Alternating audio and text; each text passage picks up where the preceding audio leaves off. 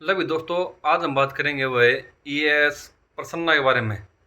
वो गेंद जो हवा में धागे से बंधी थी, एक ऐसा इंजीनियर जिसने क्रिकेट के पिच पर फिजिक्स के नियम ही बदल दिए भाई। और उनका नाम है ES प्रसन्ना।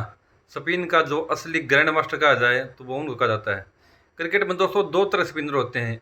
एक ऐसे होते हैं जो गेंद को ज़मीन पर पटक कर घुमाते हैं, यानी गेंद को फेंकते हैं तो जब गेंद जमीन पर टकराती है तो जिस तरह का स्पिनर होता है, जो अपने उसने खुद का अनुभव है उससे जिस तरह की स्पिन करना जाता है वैसे होती है।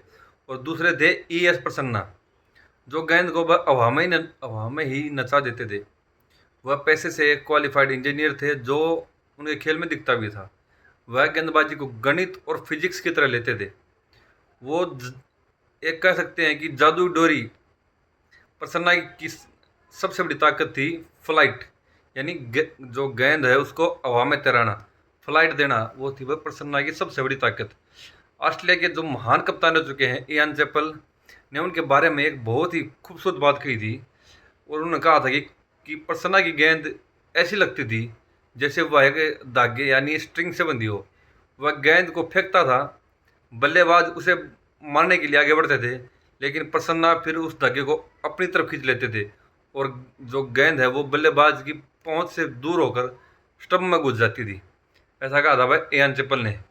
और बल्लेबाजों को लगता था कि अरे यह तो फुल टॉस है, छक्का मारूंगा, लेकिन गेंद हवा में ही डिप करती थी और बल्लेबाज स्टंप होकर पवेलियन चला जाता था। अब बताते हैं पिता की शर्त और इंजीनियर क्या फंडा हुआ भाई। उनके पिता ने उनसे कहा था कि क्रिकेट खेलना है तो खेलो, लेकिन पहले इंजीनियर की डिग्री पूरी कर लो भाई। जो वैसे नॉर्मली अपने जो होते हैं ना, घरों में आम सी बात है, बेटा जो खेलना है तो खेल ले, लेकिन सबसे पहले पढ़ाई है, तो पढ़ाई के बिना कुछ नहीं है। ऐसे ही हुआ, प्रसन्ना घर पे हुआ, प्रसन्ना ने बात मान ली, उन्होंने डिग्री पूरी की और फिर 5 साल के ब्रेक के बाद क्रिकेट में वापसी की।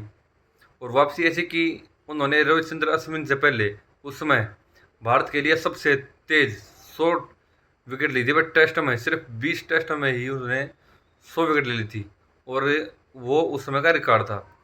और क्रिकेट जो होता है वे दोस्तों सभी बताए दिमाग का खेल है।